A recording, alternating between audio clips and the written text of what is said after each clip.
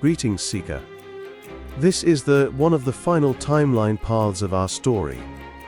The path ends here, but if you wish to retrace your steps to the very beginning, a link to the first timeline can be found below in the description.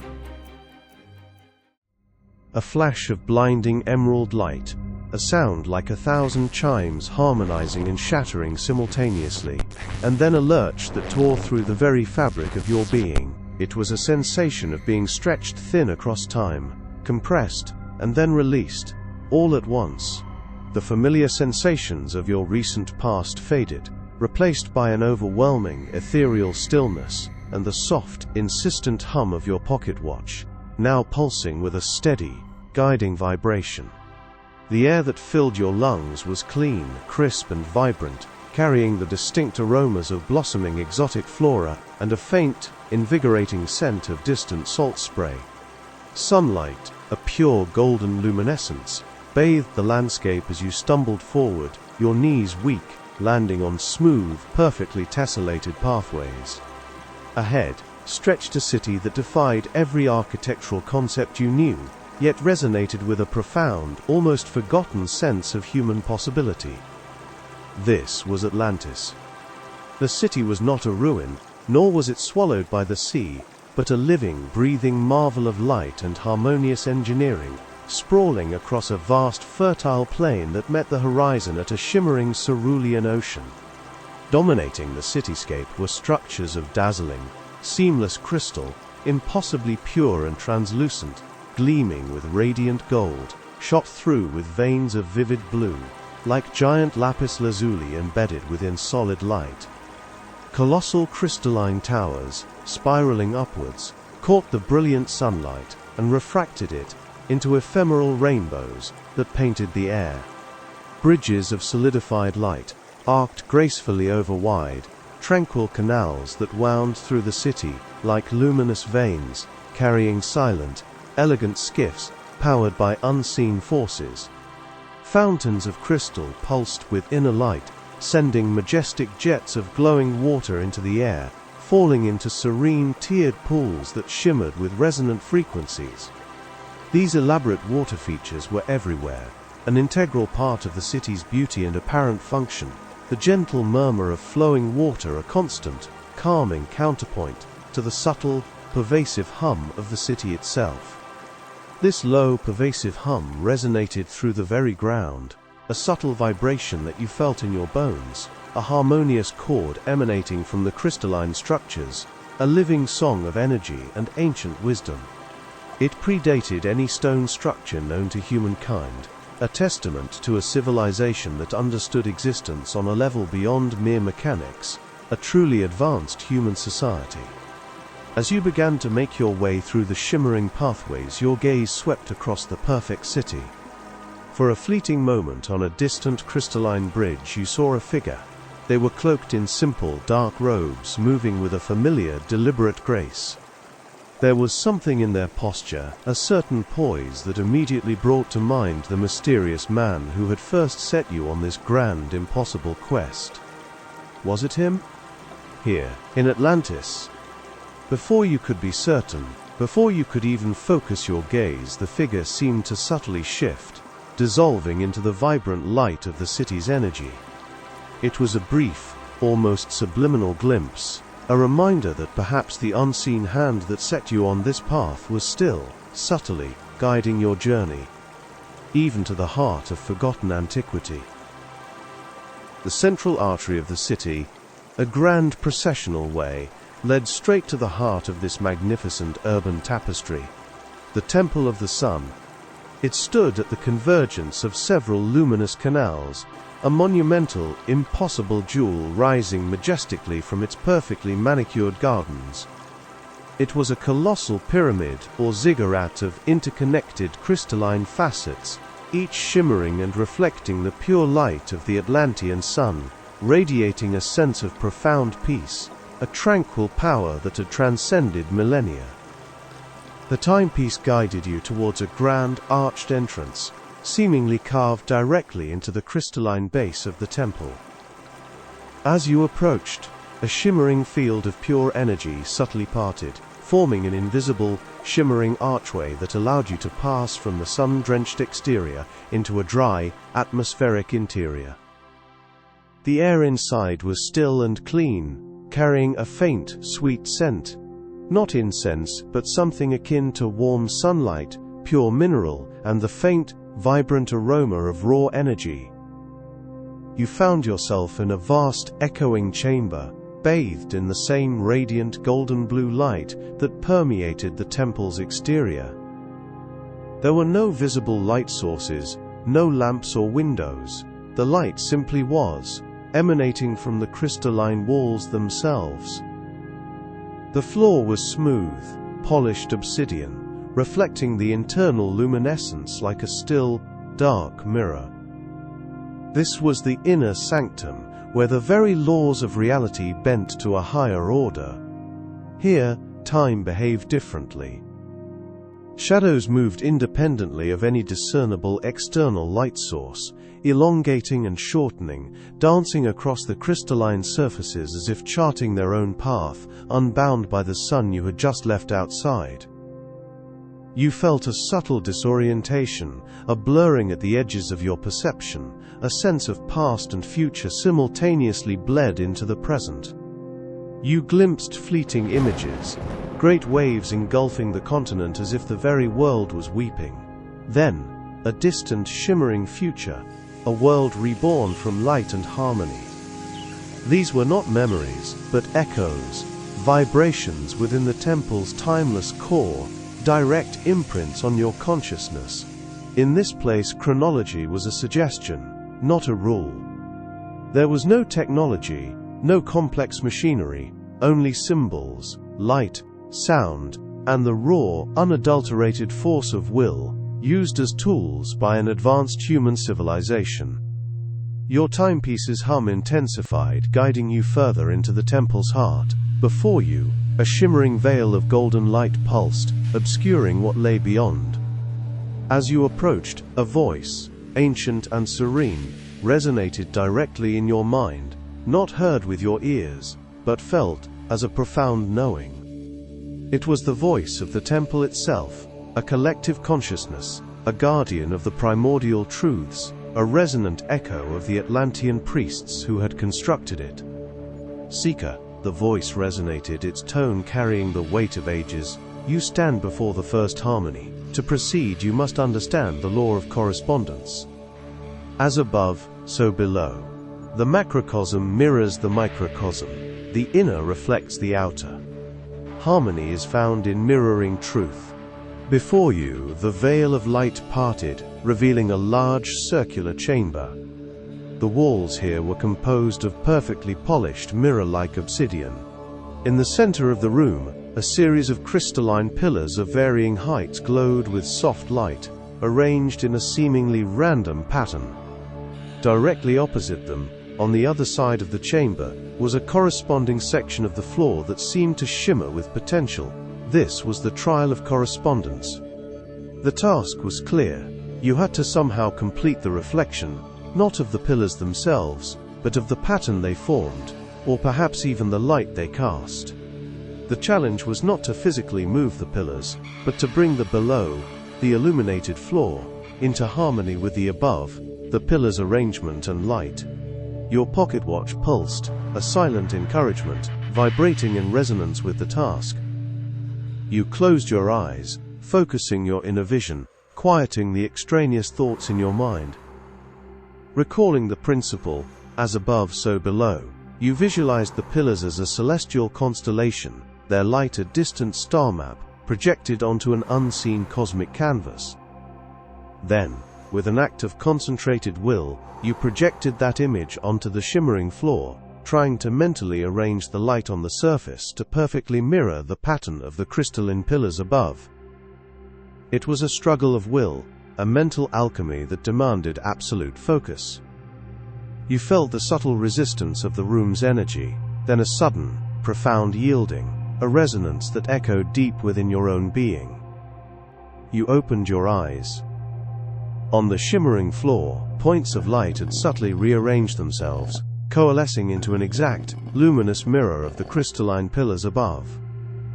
A soft, clear chime, like crystal vibrating in perfect pitch, echoed through the chamber, a sound of profound equilibrium. The voice resonated in your mind again, tinged with approval. "Well done, Seeker, the first harmony is achieved, you have learned to reflect the essence. Now, proceed to the second resonance, the law of vibration. Nothing rests, everything moves, all is vibration. To proceed, you must become the harmony." The obsidian floor beneath where the pillars had stood subtly receded, revealing another passage, this one glowing with a pure, resonant green light. You stepped through, the entrance ceiling behind you, into a new, smaller chamber. This chamber was empty, save for a single crystalline sphere floating in its center, radiating a soft, diffused light. The air here was not still, but alive with a complex, almost dissonant hum. It was a cacophony of subtle frequencies, vibrating through your very cells, making your teeth ache, your mind buzz, with an overwhelming sensory input. This was the trial of vibration. You understood the task. You had to match the frequency of the room, to bring your own internal vibration into harmony with its core. This isn't intellectual, it is intuitive, a primal response to energy. You closed your eyes again, focusing intensely on the pervasive hum. It was chaotic at first, 1,000 conflicting notes assaulting your inner ear. You began to breathe deeply, slowly, consciously, letting your body relax, yet maintaining intense mental focus. You recalled lessons of meditation, of focusing the mind, of finding a serene center amidst sensory overload. You sought the fundamental tone beneath the cacophony, the underlying pulse of the room, the single thread of pure vibration. You began to hum yourself, a low, guttural sound, not of any melody you knew, but of a resonant, almost primal vibration that seemed to emanate from your very core. You let your own internal frequency gradually shift, subtly adjusting, seeking to find the core resonance of the chamber. It was a process of delicate adjustment, of shedding internal noise, of aligning your very being with the universal motion, allowing your own energy signature to merge with that of the ancient chamber. You felt the dissonant hum of the room slowly begin to align with your own, the jarring frequencies smoothing out, coalescing into a single, pure, sustained note, a profound chord of cosmic harmony. The crystalline sphere in the center of the room began to glow brighter, pulsing in sync with your own breath, with your own harmonious vibration, now a beacon of pure energy. Finally, the room hummed with a single, clear, overwhelming resonance, a vibration that felt both internal and external, a profound chord of cosmic harmony. The dissonance vanished, the chamber felt utterly serene, infused with pure energy. The voice resonated once more, this time with a note of pure triumph, a sound of profound cosmic joy. Achieved, Seeker, you have become the harmony. You have tuned the instrument of self to the universal frequency. You are ready. The source awaits. The crystalline sphere in the center of the room descended, its light revealing a hidden aperture in the floor beneath it. A shimmering staircase of pure light materialized, spiraling downwards into an inner chamber, radiating with an intense, verdant glow. Your pocket watch, almost vibrating off your palm, pulled you irresistibly forward, now a silent guide to the ultimate truth. You descended the steps of pure light, each step effortless, as if you were floating on air. The air grew thick with an almost palpable energy, cool and rich, like the scent of ancient forests after a cleansing rain, mingled with the faint, invigorating aroma of pure light. The light was all-encompassing, a profound, emerald luminescence that filled every corner of the deepest chamber, bathing you in its pure, vibrant energy. And there, in the very heart of the Temple of the Sun, suspended within a shimmering field of pure green light, were the emerald tablets of Thoth. They were not merely tablets as you had imagined, not separate pieces. They were a single, impossibly vast, translucent emerald stone. pulsing with an inner light that seemed to breathe. Within its depths, not etched upon its surface but living within its very crystalline structure, were countless glyphs, symbols, and flowing lines of a language that was not written but thought. They rearranged themselves in complex, ever-shifting patterns, a living, breathing tapestry of cosmic information. It hummed with the same pure, verdant frequency you had just attuned to. This was the source. The great memory. The primeval blueprint of existence itself. You reached out, your hand drawn by an irresistible force, a yearning from the deepest part of your soul. The moment your fingers brushed the cool, smooth surface of the emerald tablet, a flood of knowledge, so immense, so overwhelming, that it threatened to shatter your consciousness, surged into your mind. It was not a pain, but an ecstasy of pure information, a direct download of universal truth, a complete and total absorption into the cosmic consciousness. You saw history, not as a linear progression of dates and events, but as a living, breathing tapestry, woven by countless threads of cause and effect. You witnessed the formation of stars, the birth of galaxies, the slow, agonizing churn of geological time on countless worlds. You saw the rise and fall of civilizations on Earth and beyond, not just those known to humanity, but countless others, their triumphs and follies unfolding simultaneously, a grand, interconnected drama.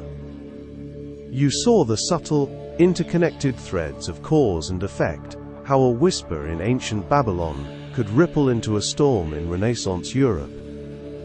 You saw the profound unity of all things, the as above, so below principle made manifest, the cosmic dance of the macrocosm reflected in the smallest human interaction, the universal laws governing every individual thought, every collective action.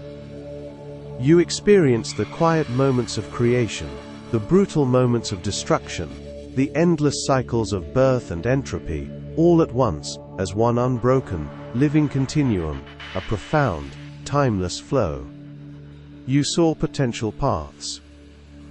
Not just the choices you had made to reach this point, but every conceivable path, every decision ever made by every sentient being across all time and space. You witnessed the infinite branching realities, the echoes of choices unmade, the consequences of every whispered thought, every grand pronouncement. You saw the seeker you could have been, the life you might have lived, the destinies that branched away from yours, all unfolding in parallel, equally real, equally vibrant. It was a dizzying, humbling vision of infinite possibility and crushing responsibility, a kaleidoscope of what could be, what is, and what might have been. You saw different astral planes, dimensions beyond your wildest comprehension. Colors that had no names, sounds that were pure vibration, sensations that were concepts, pure and unadulterated. You experienced the ethereal realms of pure thought, the elemental planes of raw energy, the subtle, shimmering worlds of the soul. You saw beings composed of light, of sound, of pure consciousness, moving through these realms, engaged in their own great works, their own cosmic dances, their very existence a testament to the boundless nature of reality. You understood the intricate layering of reality, the profound complexity of existence beyond the physical, a multidimensional symphony. The visions pressed in, overwhelming, transforming.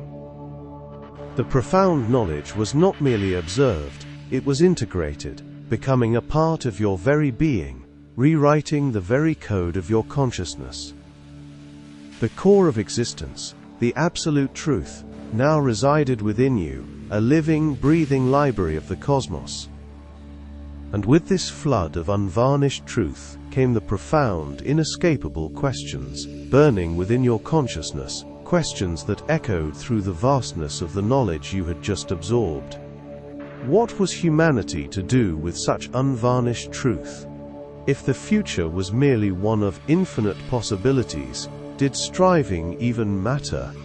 Did knowing the inevitable diminish the beauty of the journey, the agony of the struggle. Was pure knowledge a gift or a crushing curse?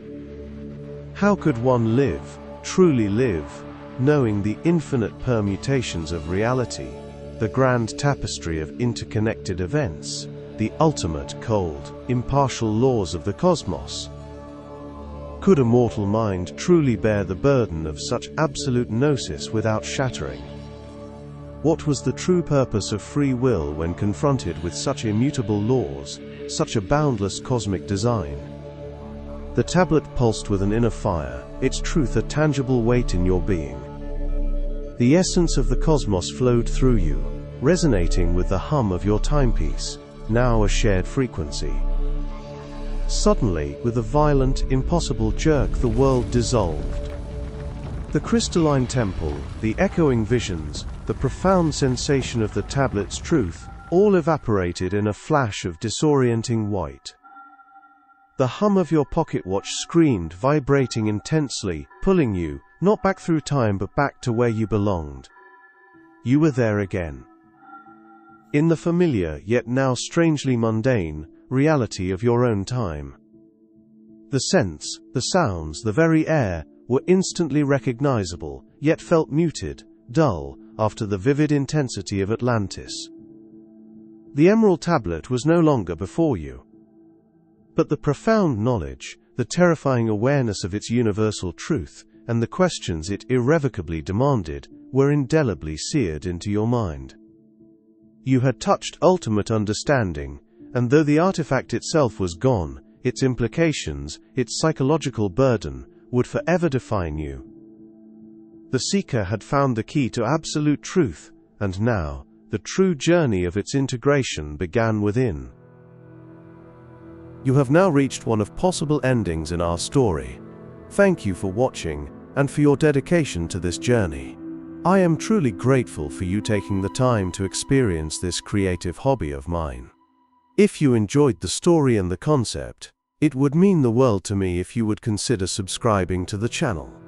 With a simple click, you can contribute a great deal to helping this project grow. The path you took was just one of many. I encourage you to go back and explore all the other choices to uncover different endings and experiences. I wish you well on your own journey, and I hope you learned something new and took some knowledge from these stories. Thank you.